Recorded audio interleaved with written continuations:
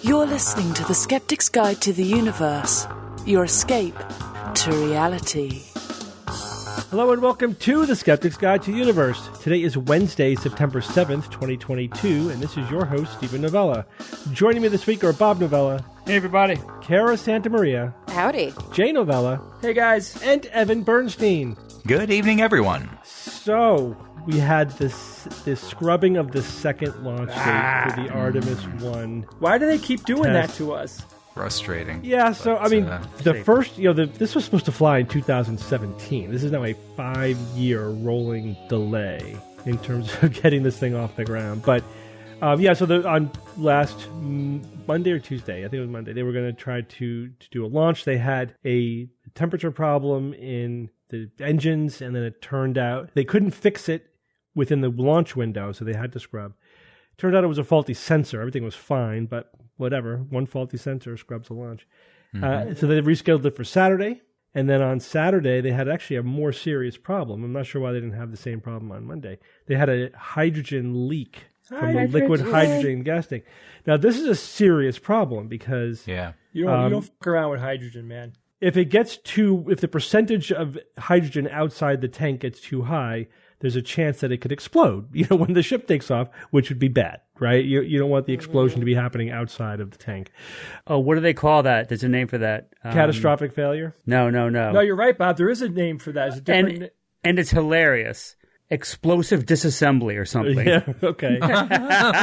So scary. Let's disassemble it with explosives. Yay. So this is interesting. So they had to scrub that because they couldn't fix that in time. They tried a couple of things to all change the temperature to get the seals to work, whatever. It didn't work. They could potentially fix this problem on the launch pad, but by the time they could do that, the batteries that are needed for the abort system to work would have to be recycled. So they have to bring the ship back to the building just to swap out the abort batteries.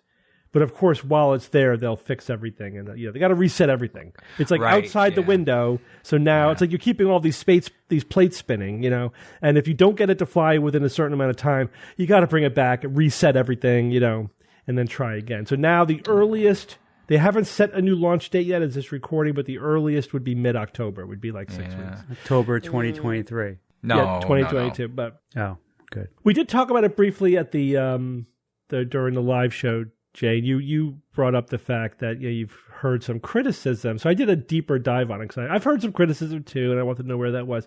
The bottom line is that it's just really expensive. They're spending, $150 billion to get this thing up. It's going to cost $1 billion or $2 billion a launch just for the launch fees itself. If you amortize the development cost, it's going to be between $4 and $5 billion per launch. And they only have the infrastructure to launch one a year.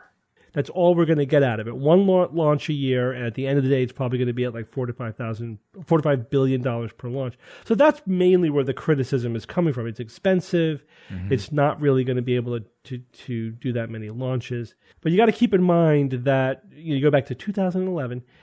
When they canceled the Constellation program, which is the predecessor to the Space Launch System, the SLS, and that was the end of the life of the Space Shuttle. Right. So we had basically no rockets to go up. So at that time, the Obama administration basically made a bargain with NASA. They said, okay, we will fund the SLS program for deep space, but you are going to contract out low Earth orbit to private industry. So that's what they did.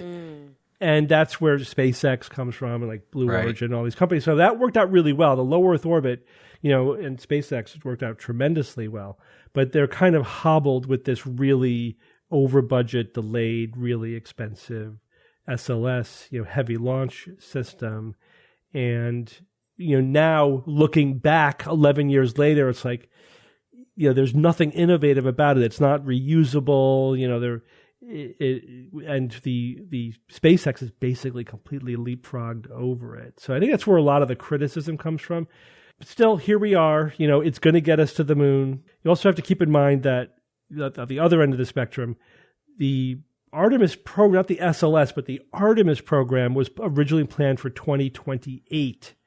Well, to the moon, to be on yeah. back on the moon 2028. That's Artemis mission, not the SLS system, right? So not the rocket. But the Artemis mission was moved up from 2028 to 2024 by the Trump administration, and then it's now been pushed back to 2025. But that's still 3 years ahead of schedule. Of original schedule, yes. The original schedule, and nobody ever thought that the 2024 thing was realistic. NASA was like, "This is just not." They're like, "Okay, sure, right," but they knew it was never. Politically, it sounded good, but never not realistic. Yeah. So, all right, we're still on track to get back to the moon by the middle of this decade, and hopefully the SLS will work out. Artemis will launch. It's obviously I'd rather have them scrub for 6 weeks and have the thing blow up on the pad. That would be a disaster. Oh my gosh! What I do think is that NASA should already be planning the successor of the SLS, though. They should, right? I mean, they shouldn't. Well, the SLS is expensive to fly, and it's not reusable, it's not efficient, or whatever. They should probably just contract out, to the private space industry now to develop the next thing that's going to be able to get to the moon and to Mars, and not try to do it themselves. You know what I mean? Yeah. I mean, that's a really hard thing to predict, Steve. First of all, we don't know how well the SLS is going to work. It seems like private industry is going to work out better than NASA owning their own rockets at this point. Don't you agree? I mean, for low Earth orbit, it's worked out really well. That was sort of the division of labor. They will let private industry handle low Earth orbit, and then NASA will do deep space, right? Go back to the moon, and then eventually Mars. Orion, which is NASA's capsule, that is the only spaceship that can get to the moon now, right? That can do deep space missions. It's rated for 21 days. It's long enough to get to the moon and back. You know what I mean? So the Dragon module can't do it? Well, according to NASA, it's the only one that's rated for moon missions at this point. So they would, not that I'm sure you could get the Dragon capsule or a version of it to the point where it would be rated for deep space, but it isn't right now. But again, they gave the contract to SpaceX, remember, for the lunar lander, and Musk wants to convert the Starship into a lunar lander. Yeah, that's which is weird in a way. Huh. Would that ship, Steve, leave from Earth, or would it? Well, it'd have to, right? We're going to build it on Earth, send it to the moon, and then it's going to land on. That's the ship that's going to land on the moon. But I think we talked about it at the time. It's but it's going all the way to the moon. Why don't you just make that your moon ship? You know what I mean? Why are you're going to take the SLS to the moon, then hop on over into the Starship to go down to land down on the moon? I don't know. I don't know exactly how that's going to work. So okay, so it is that way. That ship is going to basically ferry people from low moon orbit to the surface. Yes, that's right. And it stays out there, and they just refuel it and keep reusing it. I guess so. Steve, I'm hoping that the next thing that will be developed will be a deep space nuclear rocket. Yeah. Because they're developing nuclear rockets for cislunar. Now, they won't be really rated for beyond cislunar, right? They really won't be designed to go beyond the moon. But, and this is why NASA's working with them on this, once they have it, then the homework, the foundational homework will be done. And then NASA could take that and then extend it and then make it, for much deeper space. So that's my hope. The question is it going to be the next gen deep space, or is it going to be the one after that? Well, maybe just let private companies handle just the heavy lift rockets that get you to the moon, and NASA just completely focuses on developing nuclear rockets. Yeah, shit, man, I'm all for that, because that's the next thing we need. And chemical rockets are just so inefficient. It's just not the way to get to Mars and back. Anything beyond the moon. You need nuclear. And chemical rockets are just going to be marginalized. I mean, of course, now I'm thinking much deeper into the future, but as the decades and centuries accrue, chemical is really going to be just like maybe for Earth launch. Yeah. And that's it. Getting out of Earth's gravity well, that's pretty much going to be it. Right. But that's, who knows how long that's going to take.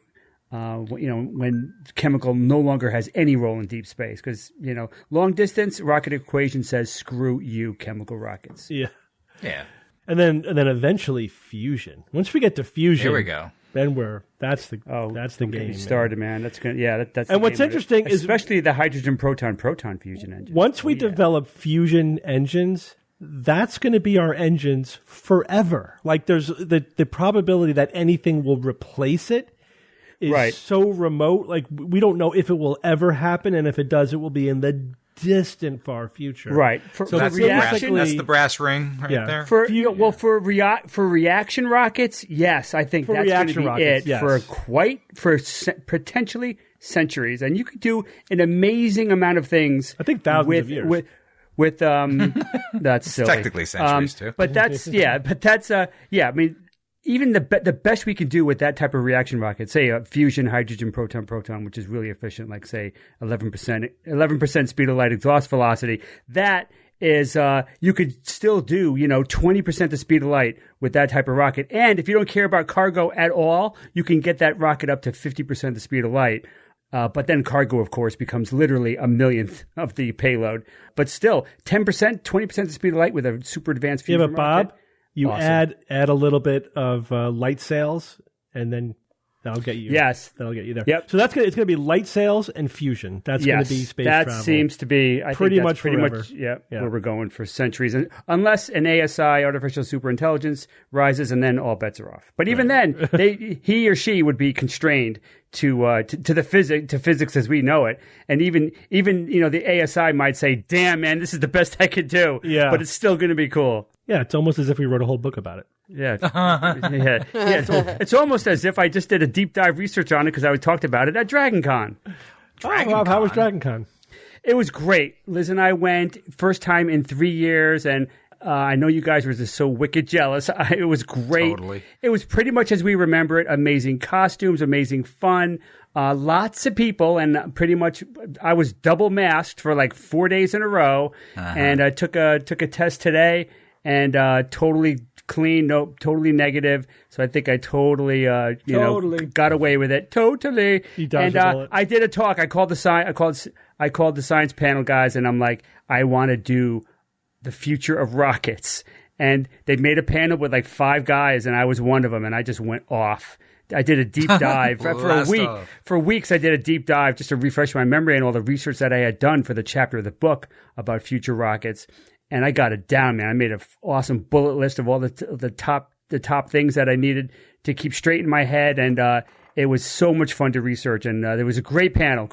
I had great fellow panelists with me. They were all very knowledgeable, and it was great. But also, I did some skeptical stuff. I talked about the 2 books.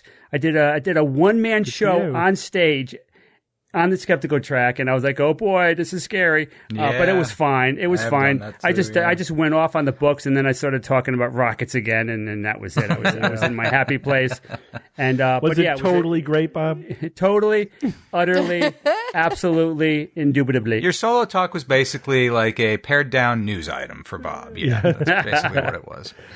It was great, and so many, as usual, so many great costumes. The talent on display at DragonCon blows me away every time I go. And I'm determined next year to have an awesome homemade costume, which I didn't have this year. Yeah, I've been 4 years now. We're definitely going to make a plan to go next year. Yeah, I mean, we were fine. Pandemic willing, but I hopefully will. Yeah, it's time. Yeah. I mean, as long as things are good, we got to go. We were surrounded at times by thousands of people. And at a couple of times I was like, this is uncomfortable. But I had my double masks. I held my breath a lot, and I'm fine. Both Liz and I are both, totally testing negative, and it's been days. So it's doable. Just you could take it easy. You don't have to go into the big shoulder to shoulder crowds. And how about it's totally doable. The merch room? Oh yeah, that was it was Christmas. I'm walking towards it. Yeah, but how was it? Was it a shoulder to shoulder in there? No. The first day it opened, I was like waiting for it, and there's 4 floors, as you know, and it was not shoulder to shoulder craziness. That the first few hours that I was there, and so that was fine too. I was worried about that as well. By the way, one last detail I forgot to mention about the Orion capsule is that it's not just that it's rated for 21 days.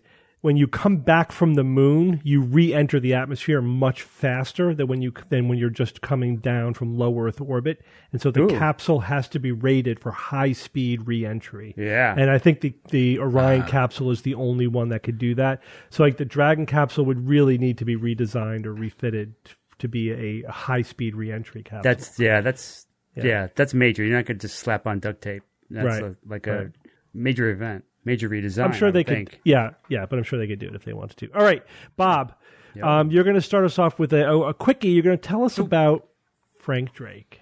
Thank you, Steve. Hello and welcome to your Quickie with Bob. No need to gird your loins for this one, Kara, but you may need a hanky. We lost astrophysicist Frank Drake this past September 2nd, 2022. He was 92. Nice run. Good run. We always say that when you're like, in the 80s or 90s.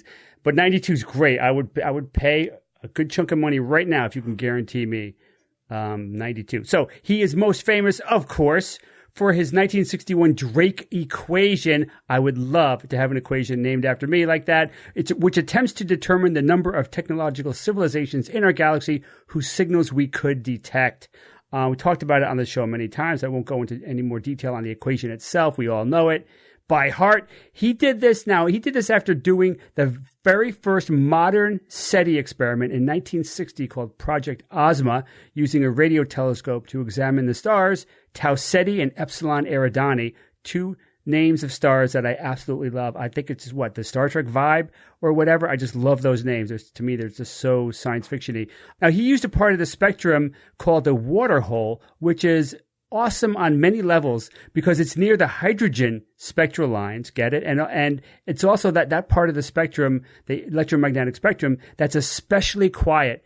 And he reasoned that other intelligences would realize that as well, and that it would be a really good, efficient frequency to communicate over. Now, that experiment took 2 months and $2,000 in new equipment, and he essentially created a new field by doing that, SETI, the search for extraterrestrial intelligence. From what I could tell, he didn't come up with that Drake equation to necessarily determine the number of aliens that are out there, but as a way to stimulate discussions at the first SETI meeting, because he was asked, hey, dude, because he became like famous.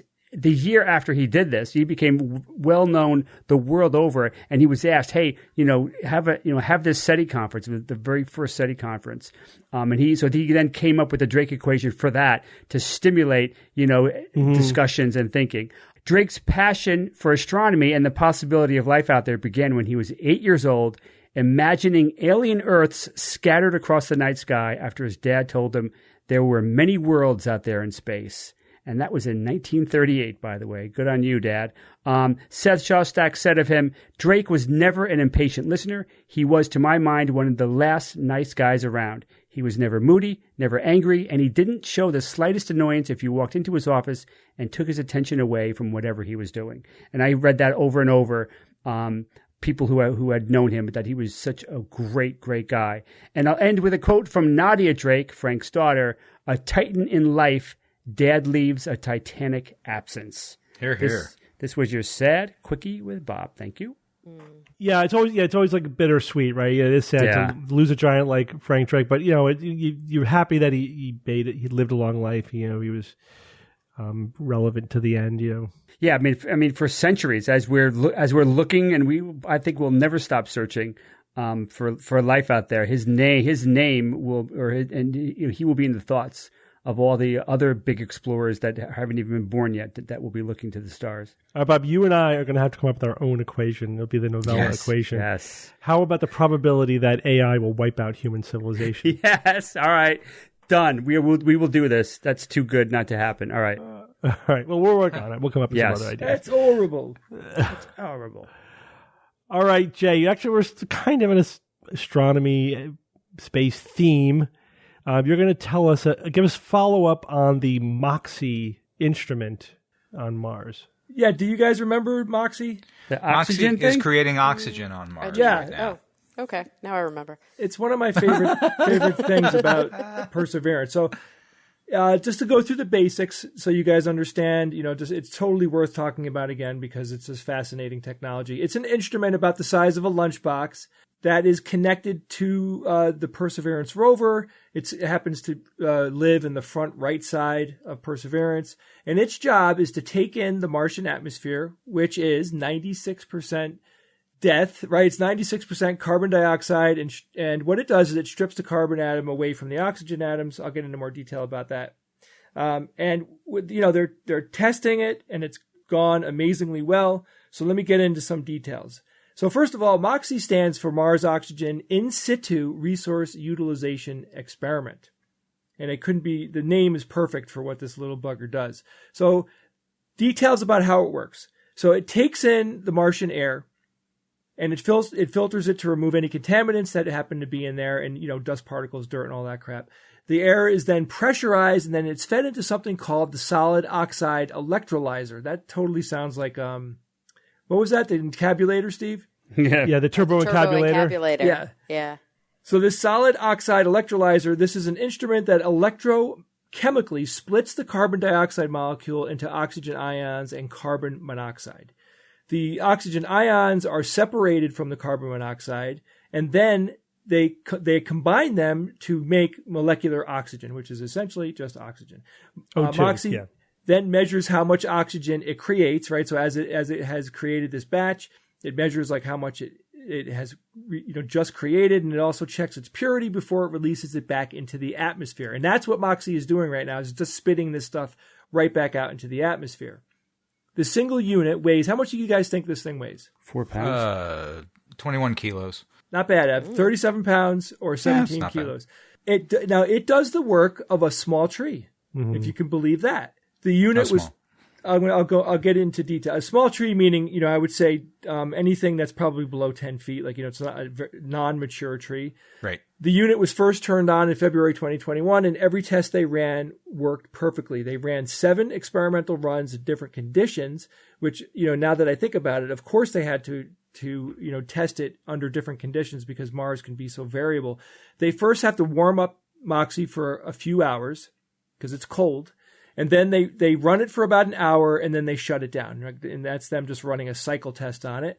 And what they do is they run it during the day, then they tested it at night, then they tested it in different seasons because the temperature and the air pressure, the density and the overall air temperature can vary a lot, like 100-degree shifts in temperature depending on the season and time of day and all that. So they haven't tested it during dawn and dusk, because there are significant temperature changes that happen during those times, and they just want to do preliminary testing, and then they're going to get into the more advanced testing. But so far, every scenario that they put it through, it worked fantastically well. It produces 6 grams of oxygen per hour. So this is equal to, as I said, a small tree on Earth. MOXIE is it's the first thing that we've put on another planet that does what, guys? Creates oxygen. Well, more importantly, it's the first thing that ever used local resources and manufactured them into something that's usable. That's cool. Oh, cool. Gotcha. Yeah. Very cool. That is is a milestone here. It's incredibly useful because it could save, I'm going to start off by saying millions, but after hearing Steve talk about how expensive these missions are, it could save billions of dollars or more quintillions in costs to ship oxygen to Mars, right? Think about it, because we'd have to ship a lot of oxygen to Mars. That stuff is heavy, by the way. Sorry, the launch is late, guys. Hold your breath for a week. The current version of MOXIE was made small deliberately so it could fit on Perseverance, and it wasn't built to run continuously. But in its current form, it has proven to be very efficient, which is very important because it won't use a lot of energy, and it's reliable. The next big test for MOXIE is to run it when the atmosphere is at its densest, and they plan to run it for as long as possible now. They're just going to let that little bugger keep chugging along and just see what happens to it, because that'll teach us more about what to do. So since MOXIE has to be turned on, and then it has to be heated up, and then they turn it off, it goes through something called thermal stress, right? Temperature goes up, and the metal and parts expand and do what they're going to do, and then when it cools off, it shrinks back down. Now, since MOXIE is able to handle thermal stress, the researchers say that a new, larger system, right, MOXIE on steroids, would be able to last a very long time since it won't be experiencing anywhere near the number of thermal stresses that MOXIE has already proven to go through, right? I know they've only tested it 7 times, but that's a lot. And they could turn on the larger version of it, and it may never turn off until its end of life cycle. It just does what it does. Just let it run, yeah. Yeah. The larger version of MOXIE could be placed on Mars way before we put humans there. It could be producing oxygen for a long time. There could be a whole cache of oxygen ready to go.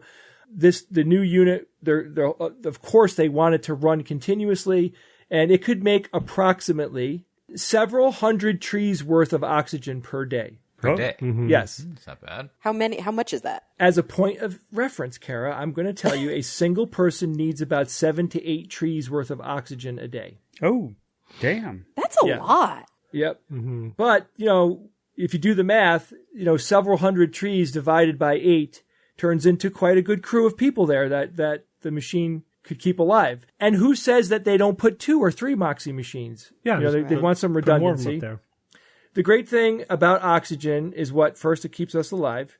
And the second great thing is that it, of course, can be used as fuel.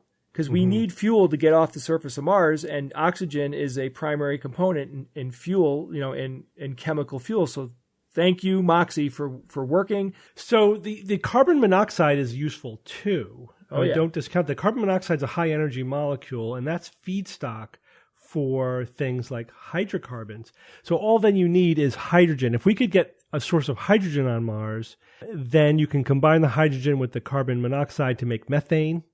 The hydrogen obviously itself could be burned with the oxygen as rocket fuel. And there are sources of hydrogen on Mars. There's a lot of water on Mars. Not all of it is in drinkable form. There are like what they call perchlorate brines, which is a lot of hydroxyl groups, a lot of water type, molecular groups in there. Water-ish. Hydrogen and oxygen, but it's not necessarily drinkable water. But you get that, you split the hydrogen off, you have pure hydrogen, you have more oxygen, you could make fuel, you have oxygen to burn with the fuel. We definitely are going to need to be able to make all of our fuel for the return trip locally on Mars. You cannot carry all that crap with you. Yeah. Rocket equation will kill you if you try to do that. So, and then if we could find a source of nitrogen on Mars, then we also have our fertilizer to grow our own food there. And there is nitrogen on Mars already fixed in the form of nitrates. So, yeah, the bottom line is pretty much we have everything we need on Mars. For food, oxygen, and water, except for the hamburger molecules. Well, yeah, but you just you grow the food, and then you raise the animals and slaughter them, and then you have your hamburger. Thank you, Dr. Strangelove. Just make some lab-grown meat. That'd be fine. Yeah, there you go, lab-grown meat. All right, Kara, tell us, do people like you more if you talk more or talk less?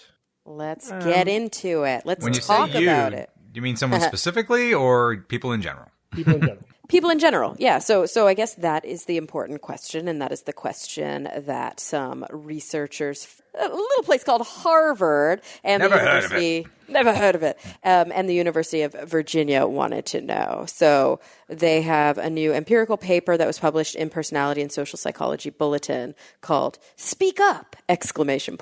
Mistaken beliefs about how much to talk in conversations. And as the title implies, I probably shouldn't have said that out loud. Very often people make judgments that are not reflective of reality about how much they should speak based on what their outcome goals are. So they wanted to know if somebody wants to be liked, how much do they think they should talk in a conversation? If somebody wants to be or to seem important, how much do they think they should talk in a conversation? And finally, if somebody just wants to enjoy the conversation, how much do they think they should talk? And they used a couple of different paradigms to look at this. Like most psychology experiments, they kind of ran it a few different ways to ask different questions. So first, I guess I'm curious from all of you, what do you think across those 3 different parameters? If somebody wants to be liked, what percentage of time do you think that they will think that they should talk? Do they think, or do is this in a one-on-one No. conversation? Yeah, what's the environment? One-on-one. So these are dyads. One-on-one. Yeah, Okay. so with a partner, how much, and again, not how much should they talk to be liked, how much do they think they should talk to be liked?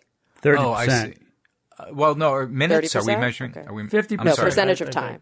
31%. You think 50%? You think 30%? Definitely You lower going for than Price is 50. Right rules? I'll say probably 30% for Evan says 30%.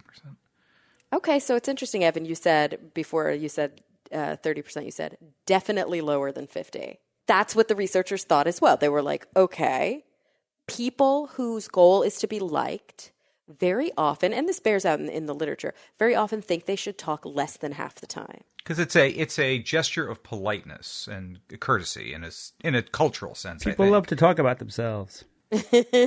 And they actually have a name for this. They call it the reticence bias. Reticence. So- Very good. Right. Yeah. As they say, the reticence bias, we suggest, is rooted in the fact that people lack confidence in their conversational abilities. They go on to talk about social anxiety, but they also, and that the people are hard on themselves, and that they don't get a lot of valid external feedback. But generally speaking, people think that if they listen more than they talk, they're going to be liked more. Here's the rub. That's not the case. Ow. So, second paradigm.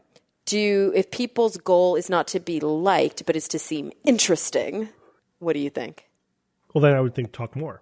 Right. You would think that, right? Then they would want to talk more. And that's exactly how it bared out with their study. People, when told that the goal was to seem interesting, did talk more in the dyad because they thought, or they selected that option, I should talk more in the dyad because that will make me seem more interesting. And then finally, if they wanted to just enjoy themselves in the conversation, what do you think? Don't talk at all. Even 50%. Even, yeah, 50-50. So, But Kara, they left out the most important question. What if your goal is to get laid? Oh my God. Jesus. The most important question. that probably is the most important. That is their follow-up study. Well, you got to do all of them, though. You got to be liked. You got to be interesting. Thing.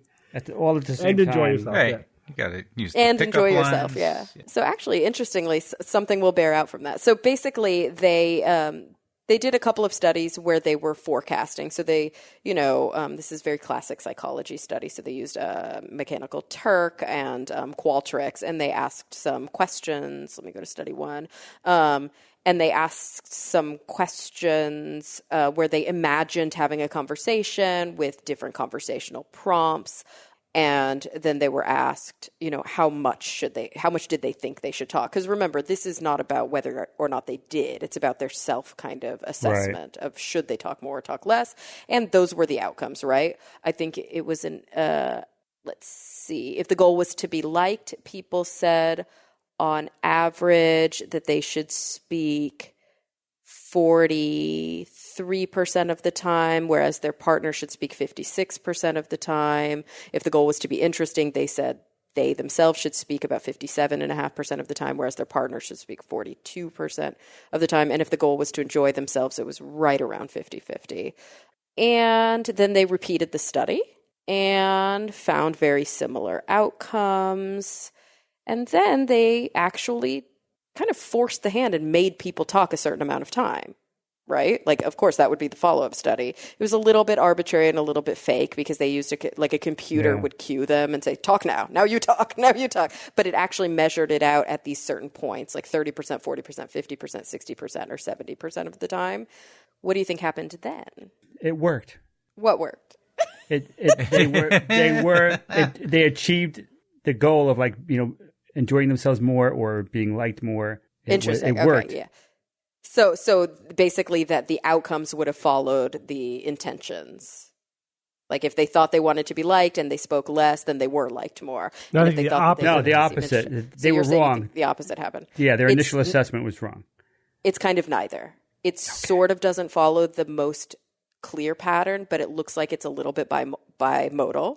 The more important outcome that the researchers point to is something that they call it halo ignorance. And to understand halo ignorance, you have to first understand the halo effect.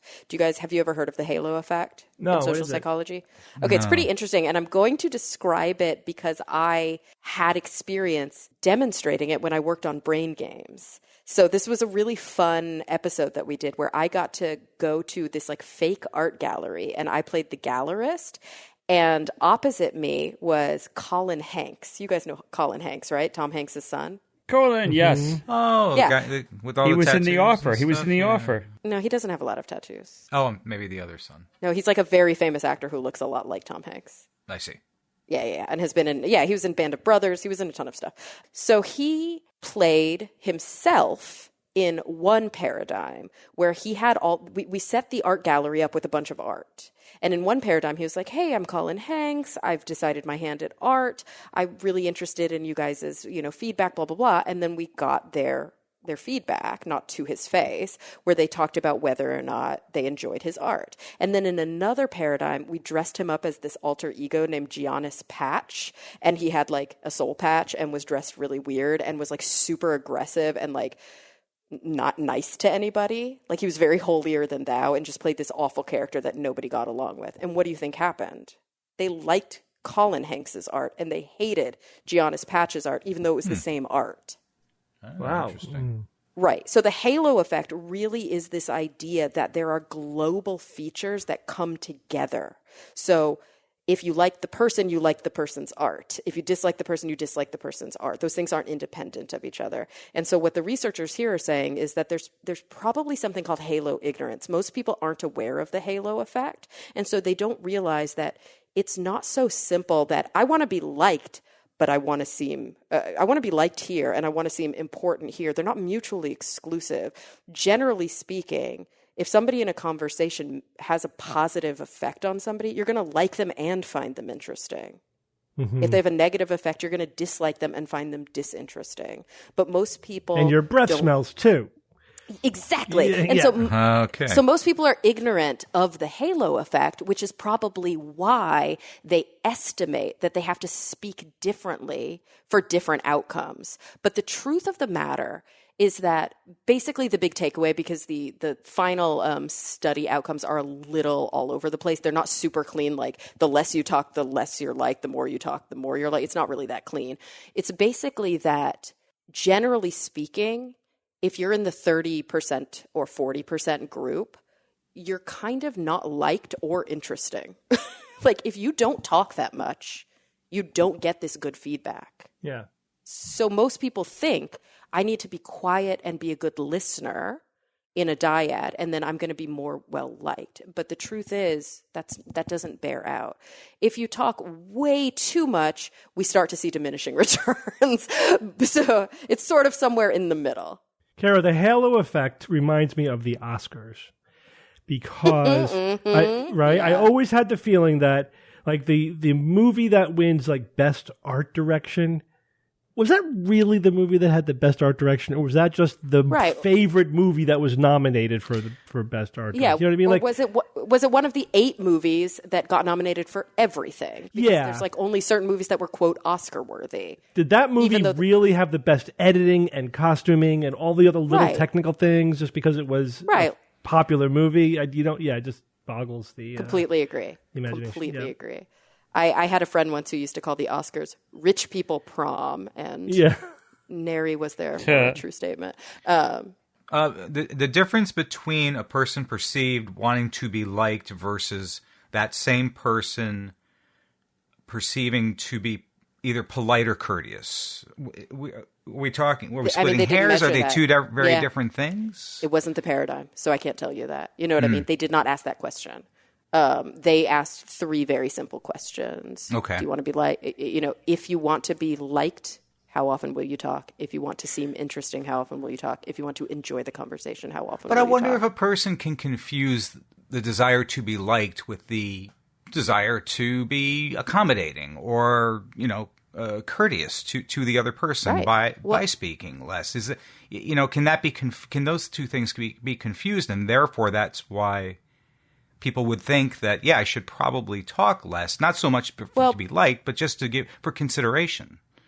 Right, but you're basically talking about constructs, right? Like these aren't actual things that exist. Being liked is not specifically different from being courteous. It's all in how you construct that reality, how you interpret it. So if your definition of being liked is that you're very courteous, that's how you're going to view that when you do this study. Okay, all right. So different people are going to totally interpret that differently. And that's the interesting thing about psychology. It's why we have to always operationally define everything, because there's no like fundamental truth to the idea of being liked. It's how we define it. Right. Yes, it does seem nebulous. Yeah. Right. And there's probably a ton of crossover there. If I want to seem likable, I might have different factors that if I were to sit down in a separate study and the researchers were to say, what are the 5 features of likability that are most important? My list might be different than your list, but I wouldn't be surprised if there was a lot of crossover among people. And so courteousness is probably one of those things. So I wouldn't say it's a conflation. I would say it's part of it. Mm-hmm. And United States, is this a U.S. Yeah, absolutely. study? This is a U.S. study. So we've got to remember that there's always a massive culture bias in these kinds of studies. And this really only applies to the group of college students that they were looking at. Yeah. But so they do, like any good paper, cite the available research literature, show areas where this reinforces things that have already been studied and, basically move the needle that much more because there is a body of literature around this. But so the cool thing is basically the big two outcomes here are the reticence bias seems to exist. People generally think they are reticent to speak because they think that they will be liked less when they speak more. And that does not bear out. The truth is you are actually liked more if you speak more up to a point. Up to a point. Up to a point. And then the other one... Yeah, they did show that with, but it's not a huge effect. Like it does start to have diminishing returns at the 70%, and they didn't look at anything over 70%. They didn't look at the extremes like 90% of the time. Oh boy. But interestingly, being interesting plateaus more. So basically, they are liked and are interesting and enjoy themselves less when they don't speak that much. It all kind of peaks around the 50%, so about when you're even. And then you see a diminishing return that's the heaviest on enjoyment. Mm-hmm. So basically, you're seeing that there is a sort of bimodal distribution, but the researchers make a kind of blanket statement, which I think is kind of a good statement, which is that all things being equal, you should talk. Because all things being equal, you're actually going to have a better outcome from talking more than talking less. And that flies in the face of most people's preconceived notions. Which is often the case. People usually misjudge the. It's interesting how bad we are at intuitively thinking about how our behavior affects our relationships. Yeah, right. Often people do things that have the opposite effect of what they want. Absolutely, yeah. People shoot themselves in the foot all the time. It's also, that's a fundamental part of exactly what Jay mentioned in the ad this week of cognitive behavioral therapy. It's recognizing these biases and recognizing all of the times that we act in a way that we think is going to achieve a goal when actually it gives us the opposite outcome or an outcome that we weren't looking for. Right. Yeah, that's why studies like this are important. Mm-hmm. All right, thanks, Kara. Yep. Well, everyone, we're going to take a quick break from our show to talk about our sponsor this week, OneDream. Guys, we talk about therapy a lot on the show, and I found a course on OneDream that is called Cognitive Behavioral Therapy, Techniques for Retraining Your Brain. So it goes over the foundations of cognitive behavioral therapy, which, by the way, is basically one of, if not the best technique that you can learn in therapy to help yourself get out of your anxiety and your depression. They talk about setting your own goals. They talk about dealing with stress. They talk about dealing with anxiety and fear, how to treat your depression. They have 24 chapters in this course, and I really do recommend this course. And get this, OneDream will help you learn about pretty much anything you're curious about, from history to science to language to travel, even learning how to cook. You get unlimited access to thousands of hours of trustworthy audio and video courses, documentaries, tutorials, and so much more. And you can learn wherever and whenever that works for you because of the flexibility of the platform. We highly recommend signing up for OneDream, and OneDream is offering our listeners a free month of unlimited access. Sign up today through our special URL to get this offer. Go to OneDream.com/skeptics. Again, that's WONDRIUM.com/skeptics. All right, guys, let's get back to the show. Guys, what do you know about EMDR? Karen, EMDR. That's a new boy band I know a lot about that. South Korea. Electromagnetic dynamic resonance? What? Eye movement and desensitization. EMDR. And reprocessing. Yeah, reprocessing. Eye movement, right. desensitization, and reprocessing. Oh, yeah, that too. Yeah. All right. So, Kara, do you know when it was developed and how? Maybe by the VA. Probably not, but they use it, sadly. In 1987, a PhD psychologist, Francine Shapiro, was walking through the park when she realized that her eye movements, looking around at the trees, reduced her anxiety and depression. And that was it. EMDR was born. A single subjective personal observation. She said maybe so much to say about this. Maybe the eye movements itself is making me feel less anxious and depressed. And that was it. That's like the entire base of it. It did not come out of any basic science or any neuroscience or any thinking about how the brain works or how depression works or anything. It was just that naked observation. Now, that, is reminiscent of a lot of medical pseudosciences where a single, quirky observation is the entire basis of the whole thing, like iridology and chiropractic, etc. Yeah, so that was the origin. Doesn't mean it doesn't work. It's possible that she made an observation that actually was based on reality. Well, that's how science often is started. Yeah, it's okay. You make an observation, then you test it. It's fine as a method of hypothesis generation, but not hypothesis testing, right? You can't conclude that it's real because you made an anecdotal observation. All right. So that was, 35 years ago. So there's been 35 years of research into EMDR, mainly for PTSD, post-traumatic stress disorder. That's the most common thing that it is used for and studied for, but also pretty much everything. It's been also studied for anxiety and depression and other things as well. So what's the idea behind it? Again, there really isn't anything very compelling in terms of what's the putative mechanism. There have been probably dozens, hundreds of proposed possible mechanisms, but it all is some version of, you're sort of forcing the right half of the brain to communicate with the left half, and there's something going on there, and you're rewiring the brain. That's the reprocessing, the connection between the memory and the emotional feeling. But it's all this made-up, hand-waving, very, I think, neurologically naive kind of statements, and there's really no science behind it. But again, irrelevant to the core question, or at least not irrelevant, but does it work? It sort of it does impact how we address that question, but you could have sufficient evidence that it works even if you don't know what the mechanism is, and even if it was based on a quirky observation.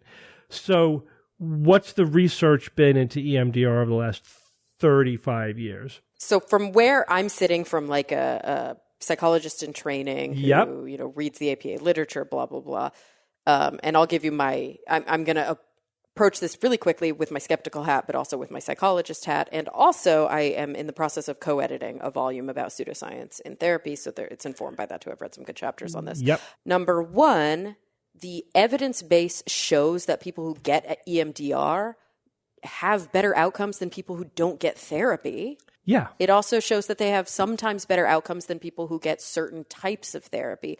But from where I'm sitting, and a lot of people who, I think it was Rosen who dubbed this a purple hat therapy. Did you come across that statement? Yeah. I love this, right? The idea is it the EMDR, or is it the fact that they're learning anti-anxiety reduction skills? Like if you taught somebody how to reduce their anxiety while driving, and then you gave them a purple hat and said, wear this while driving, then they finish driving and they go, oh my God, I wasn't anxious. Was it because of the purple hat? Yeah, so that's exactly what's going on here. So Scott Lilienfeld, who is a skeptical psychologist, he passed away a couple years ago. Yeah, unfortunately, died young, really tragic. But great guy. He did a very good review of the literature on EMDR a few years ago. And I like the way he summarized. He said, all right, so first we could ask, does EMDR work better? This is like for PTSD. Does it work better than nothing, right? Than no therapy? And the answer is yeah, it clearly does. But remember, EMDR is you're moving your eyes while you're doing essentially exposure therapy, imaginal exposure therapy. So it's not, in fact, Shapiro tried doing the eye movements by itself, and it didn't work at all. So she had to combine it with cognitive behavioral therapy, and say, oh, now it works. When you combine it with this already established effective psychological treatment, it quote unquote works. All right, but he said possibly have an effect size that's large enough to differentiate. Yeah, so he said in the literature you compare EMDR to no therapy at all, and of course it works compared to nothing. You can also compare it to a an intervention, but the intervention itself is not effective. So, for example, it's often compared to passive listening, where you just have a therapist going, yeah, tell me more, not doing any therapy, just listening, which isn't really an effective treatment. And yeah, is it better than that? Sure. Is it better than doing the exact same thing but without the eye movement? No, it's not better than doing it. And if you adequately control it, where you're doing, say, a fixed gaze therapy as opposed to eye movement therapy, but otherwise cognitively you're doing the exact same thing. You're imagining the stressor and also imagining yourself like in a safe space at the same time. Whatever you do, you're going through the cognitive therapy. It's exactly the same. So the EMDR, again, my purple hat phrase that I like to use is the part of this nutritious breakfast, right? So you remember those, remember those commercials? When served with a nutritious breakfast. Yeah, so like it was like selling Pop-Tarts or something. It's like this Danish is part of this, and they show a nutritious breakfast with orange juice and whatever. Of course. And this tumor is part of a healthy body. Yeah, it's irrelevant. It's an irrelevant part of this nutritious breakfast, but that's the thing. It's a completely irrelevant, superficial component of a treatment that is already established as being effective, and it doesn't appear to add anything. And so, and again, another critic who, again, I like this statement, and I've applied this to many other things. Like, what is unique about EMDR doesn't work, right? And what works about EMDR is not unique, right? So it's like you said that a lot about chiropractic.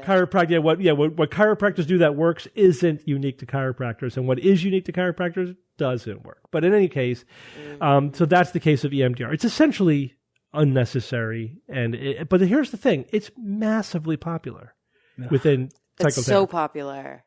It's so frustrating. Gosh, it's so frustrating because like the APA has basically said it's an evidence-based treatment because why there is some evidence to support it, but it's poor evidence. So that is an indictment of EBM, right? So in my opinion, that's why it's not a science-based medicine treatment. It may be an EBM treatment, but that's only because and then even then I think it fails the EBM standard. But but essentially people exploit the weaknesses in evidence-based medicine to say things like EMDR is quote unquote evidence-based because there is clinical evidence to show that it quote unquote works, but they're not, but only when not comparing it to an adequate control, not as an isolated variable. It's exactly like acupuncture. It only works when you're not isolating what acupuncture is, the variable that is acupuncture. And do you know what the saddest part of all of this is? And it's the part we don't often talk about on the show, is that the variable that works the most of almost any therapeutic variable is relationship. Mm-hmm. Yeah, it's the therapeutic relationship. Yeah. Here's the other way to look at this. So EMDR, the evidence is really crappy. Like I was reading a recent systematic review, and they said they looked at like all of the randomized controlled trials over since forever, and the total number of subjects in all of the studies that they were able to add into a meta-analysis was like 420. That's it. Oh yeah, that's terrible. It's terrible. Like 35 years down, there should be thousands of patients in a meta-analysis of EMDR, and then most of the studies are crap too. Most of the studies are not well. Are there pragmatic studies, or they're not well controlled, or they're just comparing it to no intervention or to inadequate intervention? So the thing is, they're doing studies that are like pragmatic studies that are not designed to test whether or not it works, right? They're not really doing efficacy trials. And when they do, it doesn't work. And they just sort of gloss over that. And so a lot of people, when I talk about this kind of thing, like EMDR specifically or similar things, they say, well, what's the problem? What's the harm? People, it's so what? It's gimmicky, it's superficial, but people feel that it works, it feels better, It waters down the entire system. It makes me a less trustworthy practitioner because my field says this works. Exactly. So there is a lot of harm when you have a profession endorsing essentially pseudoscience, or at least these, popular, what would you call it? Like pop sci or pop whatever, sort of bizarre or superficial notions of how the brain works. Marketing scam. Yeah, so this basically completely feeds into snake oil industry, completely feeds into that. Also, it is a massive distraction. There is a feedback loop between clinical studies and basic science research, right? So if people are making up these weird, notions about what's happening in the brain, and then they say, and that's how EMDR works, then they falsely conclude that EMDR works because of studies that don't show that it works, but they're misinterpreting it. Then they say that supports these bizarre neuroscience ideas that I have about how it's working, right? That's like saying, oh, we know Qi exists because acupuncture works. It's like, well, no, acupuncture doesn't work, and there's no reason to think that Qi exists. It's the same kind of thing. It poisons the whole research paradigm. And so, mental health practice has a hard enough time grinding forward with really rigorous science-based, modalities. This kind of thing just makes it harder. It's like throwing dirt in the gears of trying to move the whole field forward. They really do need to be able to. Plus, they also need to recognize the research does not show that this is a real phenomenon. And if they think that it does, they don't know how to do or interpret research, and that's the real problem. That is the real problem here, is that it is exposing a real problem in the understanding of how clinical science works. And in a discipline that I would argue that needs to understand it the best because it is the hardest. It is really hard to do good research when your outcomes are so subjective and so complicated. And that's the frustrating thing, right? Because it's almost like good psychology research, really good psychology research is some of the best research out there. Like we have to have such a good handle on sophisticated statistics because we're looking for tiny outcome measures and we're controlling variables is so different. It's not that hard to take a bunch of cloned animals and drop something in the water of half of them. Yeah, or to send an electron through a detector a trillion times or whatever. Exactly. And I'm not saying that laboratory work isn't hard. It's really freaking hard. I did it for years. But what I'm saying is you have to get real creative when you're working with human subjects and when you're looking, like you said, with these more subjective outcomes, which means you have to be that much more rigorous. Yeah, exactly. There's a lot of unique challenges to doing this kind of research. It has to be all the more rigorous. And that's, EMDR, the fact that it's able to thrive within this community, this profession is a problem. And it's a big flashing light that we need to address. A lot of celebrities have taken on to this as well, and that helps perpetuate the problem. Yeah, and sometimes these treatments do proliferate within sort of the fringe professionals, but EMDR is really thriving within the mainstream of the profession. And I know, it's really that's scary. a real problem. All right, let's move on. Bob, tell us about how meteorites may have created the continents. What's going on there? Yeah, right? Ooh. Scientists have revealed the best evidence yet that the Earth's continents formed from meteorite impacts billions of years ago. This is from the Nature paper called Giant Impacts and the Origin and Evolution of Continents by Dr. Tim Johnson from Curtin School of Earth and Planetary Sciences in Australia. Okay, so now this idea or speculation that the force of meteorite impacts essentially planted the seeds of Earth's continents, if you will. It's been bandied about for decades, and nobody ever told me. I never heard of this, but there was no good proof for it. Just nothing really solid to back it up until now, apparently. So this evidence comes from Pilbara Craton in Western Australia. Now, this area of Western Australia is one of the only two places on the Earth that has pristine Earth crust from the Archean epoch, 3.6 to 2.7 billion years ago. So this is the oldest crust on the planet that we have identified. And it was during this ancient time that rocks themselves first formed at the beginning of the Archean. And when that period ended, almost 3/4 of Earth's crust had been formed during that time. Now, this is a very iron-rich rock, and it started forming before there was even any atmospheric oxygen, before there was even life on Earth. And later rocks from that time, though, have evidence of some of the earliest life ever found, 3.45 billion-year-old fossil colonies of microbial cyanobacteria. Yeah, so a lot of important foundational things happening during the Archean epoch. Now, the smoking gun in the rocks was the tiny crystals of the mineral zircon in the ancient crust that showed the scientists evidence of the ancient and huge meteorite impacts. Dr. Johnson said, studying the composition of oxygen isotopes in these zircon crystals revealed a top-down process, starting with the melting of rocks near the surface and progressing deeper, consistent with the geological effect of giant meteorite impacts.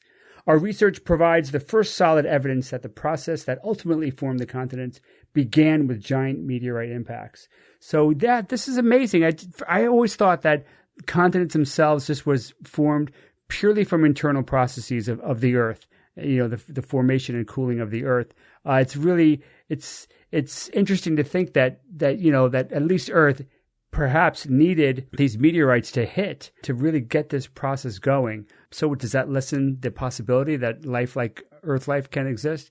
I don't know. It kind of seems like it. But then again, how common is that kind of those kind of meteorite impacts? So speaking of the impacts, they happened during an interesting period of Earth's early history called the Late Heavy Bombardment. Have you guys heard of that? From 4.1 to 3.8 billion years ago. Now, the Late Heavy Bombardment is distinguished from the very early Light Bombardment, and especially the on-time Mediocre Bombardment. So please ignore that last sentence entirely. So it was during the millions years long Late Heavy Bombardment that an unusually large number of asteroids and meteoroids terrorized the inner solar system. Now, of course, there's no evidence on the Earth of that, right, because of weathering and plate tectonics. But the Moon and Mercury still bear signs from billions of years ago of that bombardment that are discernible even today. So does this matter? Well, it's science. Of course it matters, right, Steve?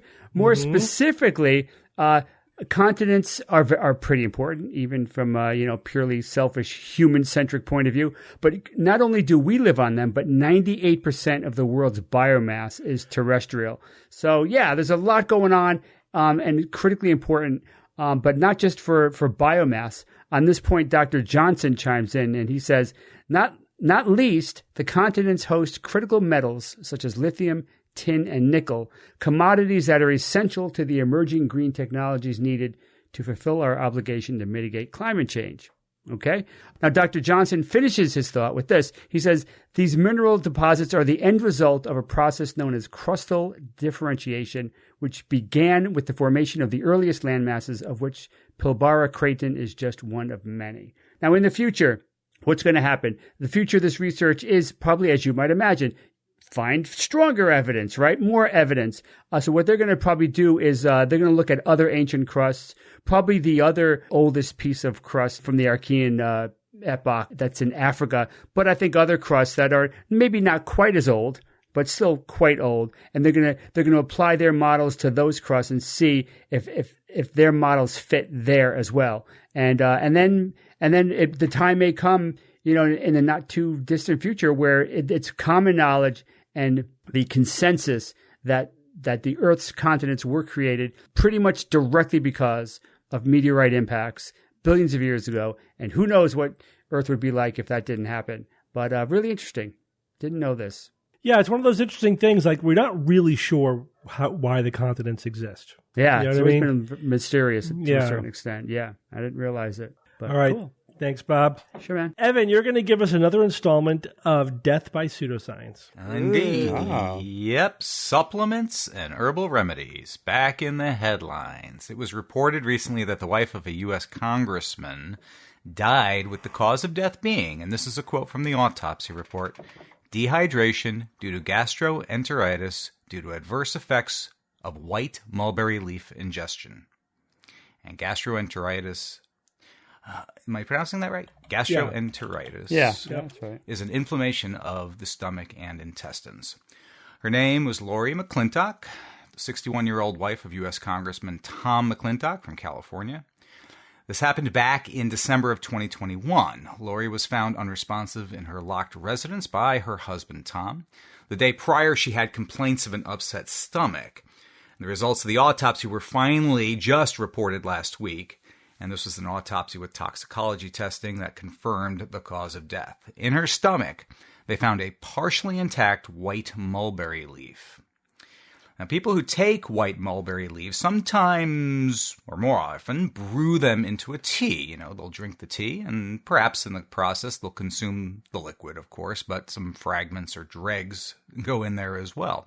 Now, it wasn't clear from the autopsy report whether she drank tea with white mulberry leaves or ate fresh or dried leaves or took it as a dietary supplement containing the leaf. Didn't get into that level of detail in that particular report. But independent lab tests ordered by the coroner's office showed that the body had elevated levels of nitrogen, sodium, and creatine, all signs of dehydration, according to 3 pathologists who reviewed the coroner's documents. Dr. DeMichel Dupree, who is a retired forensic pathologist and a former medical examiner in South Carolina, also reviewed the documents. White mulberry leaves do tend to cause dehydration, and part of the uses for that can be to help some people lose weight, mostly through fluid loss, which in this case was excessive. Allison Colwell, who's a curator with the UC Davis Center for Plant Diversity at the University of California, Davis, wrote in December of 2021 afterwards, about a week after she had died. She wrote a letter to the Sacramento County Coroner's Office and said, in comparing this leaf fragment to fresh leaves and to our extensive library of pressed specimens, we determined that this leaf fragment is a match to Morus alba, the white mulberry. So it was definitely confirmed that that is what they found in her stomach. Now, right on the heels of this report, the arguments against the findings, the proponents of herbs and supplements all questioned these findings. For example, Daniel Fabricant, CEO and president of the Natural Products Association, who represents the dietary supplements industry and oversaw dietary supplements at the FDA during the Obama administration, questioned whether her death was related to this supplement. He said, it's completely speculative. He said, there's a science to this. It's not just what the coroner feels. People, unfortunately, pass from dehydration every day, and there's lots of different reasons and lots of different causes. Another person, Peter Cohen, a doctor, associate professor at Harvard Medical School in Boston, who leads the dietary supplement research program at Cambridge. After reading the actual report, which clearly states that it's the cause, I still don't believe that's an accurate description of what happened. If you eat any leaves, they'll upset your stomach, but they will not kill you. And here's another one, Bill Gurley, who's the principal scientist with the National Center for Natural Products Research at the University of Mississippi School of Pharmacy, called the coroner's report bizarre. He said he's looked at a lot of botanical toxicology reports over the years, and in the pantheon of those reports, I would say mulberry ranks right up there as among the top 3 or 4 safest botanicals that you will ever run across. So you definitely had the people coming out sort of in defense of the industry, because as you can imagine, there's also a lot of people who were, after this got reported, were bringing up the fact that, and bringing attention to, quite correctly, that the supplement industry in the United States is woefully underregulated. And we're talking about, they said it's grown to a $54 billion industry in the United States alone. And there's, for that going on, and the lack of oversight and the lack of agencies ensuring that these products are safe is really a serious problem. There are some laws that are being proposed. In fact, there is one in particular that was raised in recent months. Senator Richard Durbin from Illinois is co-sponsoring a bill with another Republican senator. I'm sorry, I don't have his name handy. But he said he's introducing legislation to strengthen the oversight of the dietary supplement industry. It would require manufacturers to register with the FDA and provide a public list of ingredients in their products, which are provisions that are backed by the Council for Responsible Nutrition. And he goes into, a description about all of that. So it sort of brought all this to the forefront, this particular incident, and a lot of news reporting and commentary from both sides of the argument here. Yeah, I mean, I think the takeaway for the average person is that supplements are drugs. They're not like this magically safe because they're quote unquote natural things. Right. The mulberry leaves are known to cause GI symptoms. They can cause constipation, bloating, etc. I think this level of reaction is, may be unusual, but not implausible. Maybe she had an allergic reaction to it. It's hard to say, but they shouldn't be considered to be magically safe because they're natural. They are drugs. Mulberry in particular, has a very nasty taste to it, which is an evolutionary signal that it's poison, right? So asparagus is poison? Everything is Cilantro's poison. Pretty poison. much every plant that we eat, plants make poisons to protect themselves, and we bred plants, cultivated plants, to not protect themselves so that we can eat them. And then that's why we have to carefully take care of them, because otherwise, you ever wonder why weeds grow so easily in your garden and it's hard to keep your plants alive? That's because weeds are poisonous and they protect themselves, and the plants that we eat are vulnerable because we bred them to be vulnerable. But in any case, and the other thing is that not only are they drugs, they're just massively understudied and poorly regulated. So you're just these kind of things absolutely can happen. Not to mention the interactions with existing medications that otherwise a doctor might be prescribing. Exactly. They could have drug interactions, absolutely. And then a lot of them do. We know that they do. So, you're just taking a poorly regulated, dirty, drug about which we don't have a lot of information. The probability that's going to help you is vanishingly small compared to the probability that it's going to hurt you. Although the most likely outcome is probably nothing. Right. The biggest thing about them is that they have very low bioavailability. You probably get like a tummy ache is probably the most common thing that's going to happen to you. But it's a roll of the dice, and again, chances are pretty low that it's going to actually be helpful. And using ancient anecdotal evidence is not very reassuring. The things that have obvious effects we already are exploiting and have turned into regulated drugs, and everything else is basically just plants. Anyway, it's a good reminder of those basic things. All right, Jay, it's Who's That Noisy time. All right, guys, last week I played This Noisy.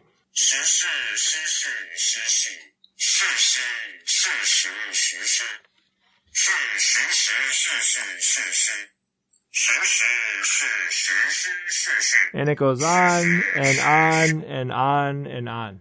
And that's a case where if the person speaks more, actually, they'll be more liked in this instance. Exactly. So, it's good that it goes on like that. Do you guys have any idea? I really have no idea what this is. No, I don't. It's weird. All right, well, whatever it is. It's weird. It is definitely weird. So a listener named Tom Patterson wrote in and said, "Hello, fellow skeptics. This noisy is the effect of putting a nonsense phrase made of actual words into Google Translate. The result sounds silly because the words all have similar sound when translated." So that's not correct. And I would think that it isn't Google Translate, because how would you be playing it? Like, what is the mechanism to play what you've translated? Do you know what I mean? Like, you could put something in and get a nonsense response out of Google Translate, but how would you vocalize that? I wonder if you could vocalize Google Translate. Another listener named Brian Jackson wrote in and said, "I'm fairly certain that what is being said in the noisy is a specific Mandarin Chinese tongue twister similar to English's buffalo, buffalo, buffalo, buffalo, buffalo. However, I have absolutely no idea what is producing the sound." So that is a definite step in the right direction. I have another guess here from a listener named Matt Nichols. It said, "Love you guys, love the show. This week's noisy is definitely a villager from Minecraft." The sound is a little off, so I'll assume it's poisoned or being hit by a zombie. So without a doubt, that is indeed what the villagers of Minecraft sound like, but that's not what the noisy is. If you know Minecraft, you know that is what they sound like, which is kind of funny. I have a couple of people first off, about 4 or 5 dozen people answered correctly today. I can't believe it. I never heard this thing before. I had no idea what it was. I had literally zero information in my head about it, but tons of people recognized this right out and got it perfectly correct. So the first person that got it right, named Chubby from Romania, said, "Hello, Jay. This week's noisy is the Chinese tongue-twisting poem called The Lion-Eating Poet in the Stone Den." And he says it is a playful tongue twister based on Chinese homonymy. Okay. I like it. I like it. That's good. It is a playful tongue twister based on Chinese homonymy and tonality. So that is correct. There's a lot more details that I can give you guys. Another listener wrote in named Colin Flahive, and he's an American who lives in Southwest China. He says he listens to the show every Sunday morning, and he also guessed correctly this week. So let me give you some details about what this thing is. the person who sent it in, Joshua Twilley, wrote, Dear Jay, what you are hearing in this audio clip is a poem called Lion-Eating Poet in the Stone Den, written by Chinese linguist Yan Ren Chao. What makes this poem unique is that every single one of the Mandarin characters used in its composition is a homophone, pronounced she. The only variation in the sound of the characters used there are tones.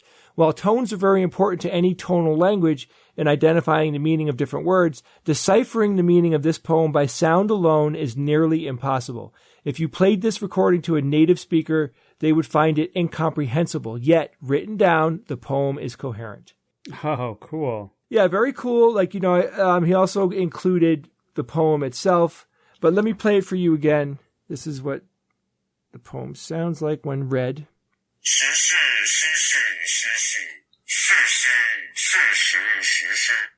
So anyway, that's crazy stuff, man. A poem with one word all pronounced differently. I love it. That is a Who's That Noisy if I ever heard one. Mm-hmm. I have a new noisy for you guys this week. This noisy was sent in by a listener named Anthony from Edmonton, and here it is.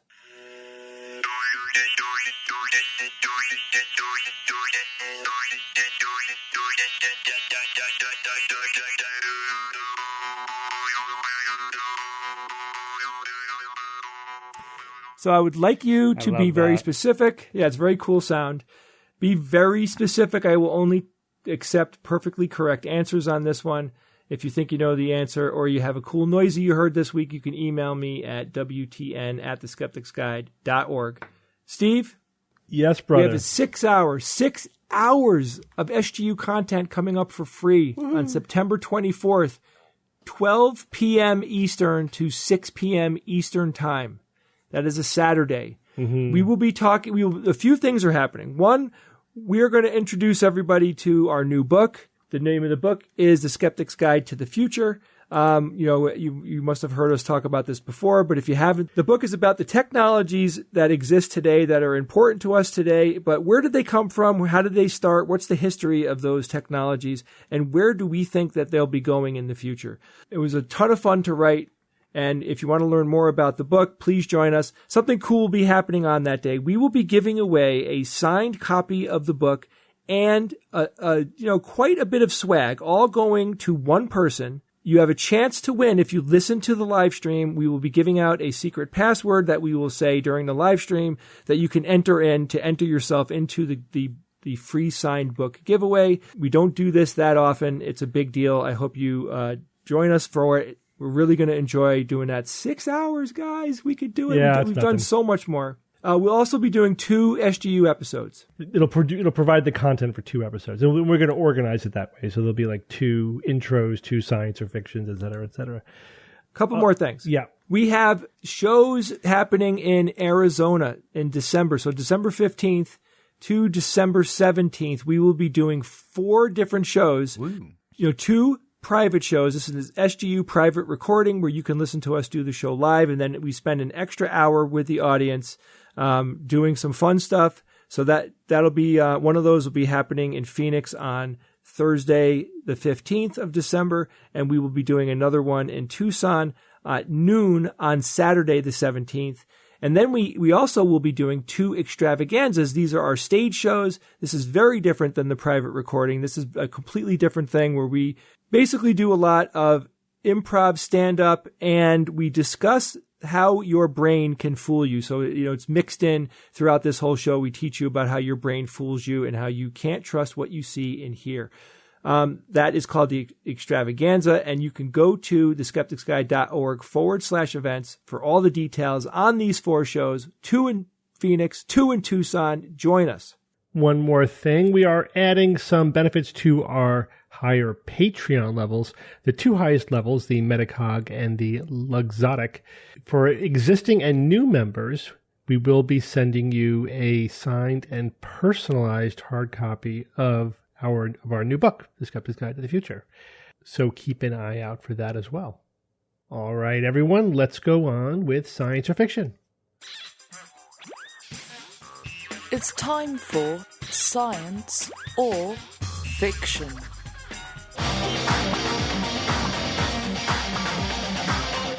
Each week, I come up with 3 science news items, 2 real and 1 fake, and then I challenge my panel of skeptics to tell me which one is the fake.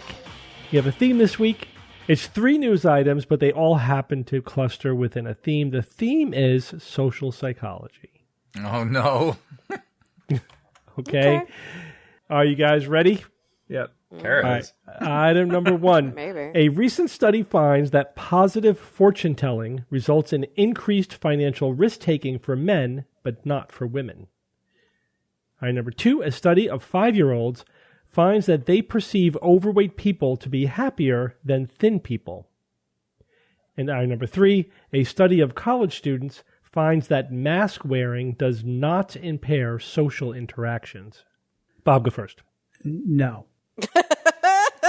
Okay, so recent study finds that positive fortune telling results in increased financial risk taking for men, but not for women. Yeah, that just sounds right. Yeah, men are stupid. A study of 5-year-olds find that they perceive overweight people to be happier than thin people. Yeah, that sounds right too. All right, study of college students find that mask wearing does not impair social interactions. Yeah, that sounds right too.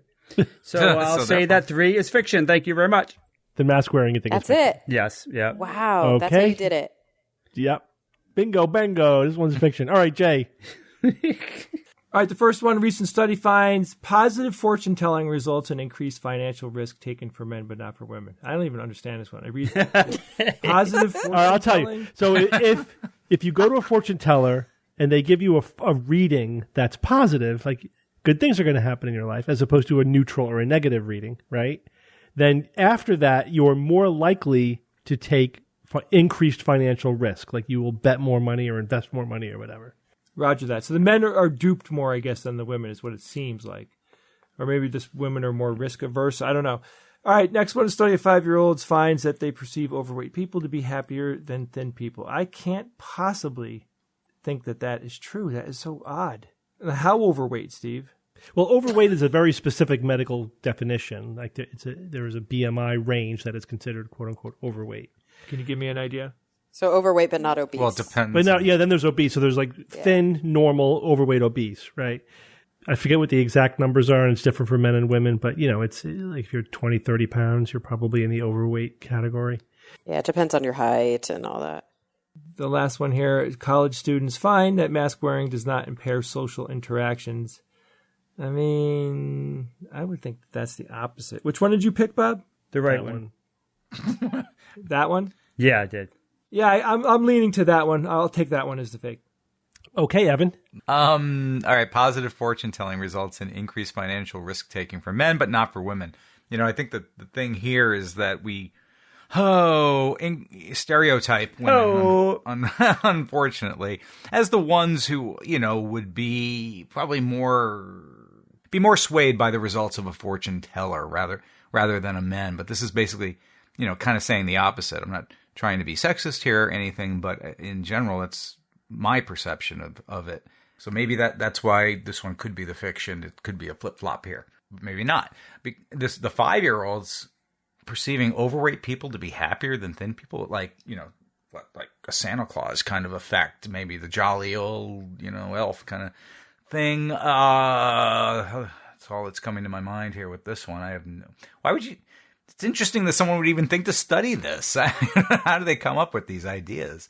And then the last one, college students specifically find that mask wearing does not impair social interactions. I think all 3 are fiction, but the most fiction-y of them, I'll say the 5-year-old one, I think. 5-year-olds? It's the one I have the least understanding of even why this would be studied. So... just got no vibe for this one. I'll say that's the fiction. All right, and Kara. It's got no vibe. I feel like they could all go either way. Yeah. Evan... Pretty much like all social psychology studies. Right, exactly, yeah. So it's like Evan says, parameters? okay, maybe women might be more credulous, but then on the flip side of that, as Bob pointed out, maybe men are already taking higher risks. Oh, is that what I or said? that's not what you thought I was going to say. Is it? Maybe women are already more risk averse, and that's just exacerbated by this. You know what I mean? So could go either way. The 5-year-old, same thing. It could be the jolly Saint Nick effect, but it could also be, I think, some internalized sizeism. And then the last one, it's a study of college students, Evan, because they're all a study of college students because they're easy to study. Psychologists are studying. They're available, I suppose. Yeah, they're in their class. So college student bias. Right. Mask wearing does not impair social interactions. This one's tough because it's like, on what measure, and is it a significant difference in how, what's the outcome? I hope this one is science, because as a therapist, we wear masks, and I don't want my own therapy sessions to be dramatically affected by the fact that we are wearing masks. So, and I would hope that it would be the psychologists themselves who studied that and said, okay, we should probably, when we're measuring the different types of risk, the risk of COVID here is higher than the risk of like negative outcomes from not wearing masks. So I'm going to say that one's science. So it's really between the first two. Everybody said that the masks was fiction except for Evan, right? You said the 5-year-olds was fiction? Okay. Yeah, the 5-year-old. So nobody said the risk-taking. I could go out on that limb and spread it out, but I think I'm leaning towards the 5-year-olds too. Something about this one tells me that may have been the case like 100 years ago, but that trend has reversed, very similar to the doll studies. Like super young children will say that like the black doll is less likable than the white doll, even black children. There are these horrid stereotypes that become internalized when we're very, very young. And I wouldn't be surprised if this is like a thin bias and it was the opposite. So I'm going to go with Evan and say that it's the 5-year-old study that's the fiction. All right. So you all agree with number one. So we'll start there. A recent study finds that positive fortune telling results in increased financial risk-taking for men, but not women. You all think this one is science, and this one is science. You're all safe so far. Part of the reason why I chose this one is because the study was fairly rigorous. They actually did 3 separate independent studies. They used real online gambling games, but in a laboratory setting, and they basically had subjects, men and women, get a fortune telling that was either positive, neutral, or negative, and then they measured their behavior in the online gambling. In all 3 studies, there was a pretty robust effect where the men had increased risk taking. They made larger bets, riskier bets. For women, it was mixed, but when they did a meta-analysis across the 3 studies, there was 0 effect. So basically, there was no effect for the women. Although, again, they said there might be a small effect because it was positive in whatever one study, but basically it was negative across all 3 studies. So, yeah, interesting. And again, is that because you think people feel good, that good things are going to happen, they feel positive, because even if they don't believe in it, just the idea that somebody told them good things are going to happen, it made them take more risks because they felt that their probability of winning was going to go up. Now, the question is, did we not see that effect in women because women didn't have the effect, or it was canceled out by just being higher, more risk averse at baseline? Exactly. Was it? And this study couldn't answer that question, but it is interesting to think about. All right, let's go on number 2. A study of 5-year-olds finds that they perceive overweight people to be happier than thin people. Evan and Kara, you think this one is the fiction. Bob and Jay, you think this one is science. So I guess the question is, Kara, you I think zeroed in on the actual question. Is it the jolly effect, right? Do they think that overweight people are jolly? Or is there an attractiveness bias here? That's what it could be called, yeah. Even in 5-year-olds. And this one is the fiction. You guys are right. Ooh. Doesn't surprise. It's so sad, but it doesn't. It was the opposite. They thought that the thinner people were happier and more likable, than the overweight people. And they didn't interpret this as an overall attractiveness bias, that we think that attractive people are they're better people, they're more interesting, they're more likable, they're happier, etc. And that even at 5-year-old level, that bias is already culturally seeped into that. Yeah. Magazines, television, all the stuff reinforcing that. Yeah. This means that a study of college students finds that mask wearing does not impair social interactions is science. This was a convenience sample of college students, and in this paradigm, they basically instructed students to go into the library, find somebody at random, and then talk to them, and then for whatever, a half an hour or so, and then they rate the interaction, and then for half of them, they had them wear a hat, glasses, and a mask, and the other half they just didn't do anything. And there was no effect on any of the measures for the social interaction. They measured the ease of the interaction, authenticity, friendliness, mood, discomfort, interestingness of the interaction. There was no measurable effect between the two groups. So they found basically there was no impairment of social interaction while wearing the mask within, obviously, the paradigm of this study, and of course within college students. So interesting. Obviously, with social psychology studies like this, no one study is definitive or is the final word on any phenomenon like this. But I thought that was an interesting way to look at that question. All right, so Kara and Evan, good job. Hey, yay, thanks. Evan, high five. Yes. All right, Evan, give us a quote. A good ghost story may hold entertainment and even cultural value, but the popular portrayal of pseudoscientific practices as science may be detracting from efforts to cultivate a scientifically literate public. Yeah, not maybe, or not possibly. Michael Nees, assistant professor of psychology from Lafayette College. And yes, and I'm calling out things like, the Travel Channel and the History Channel and all these channels on TV. Every night there's Ghost and there's Bigfoot and there's My Haunted Lover and every other stupid show. There's 1,000 of these things out there. There's more, not less. It's crazy.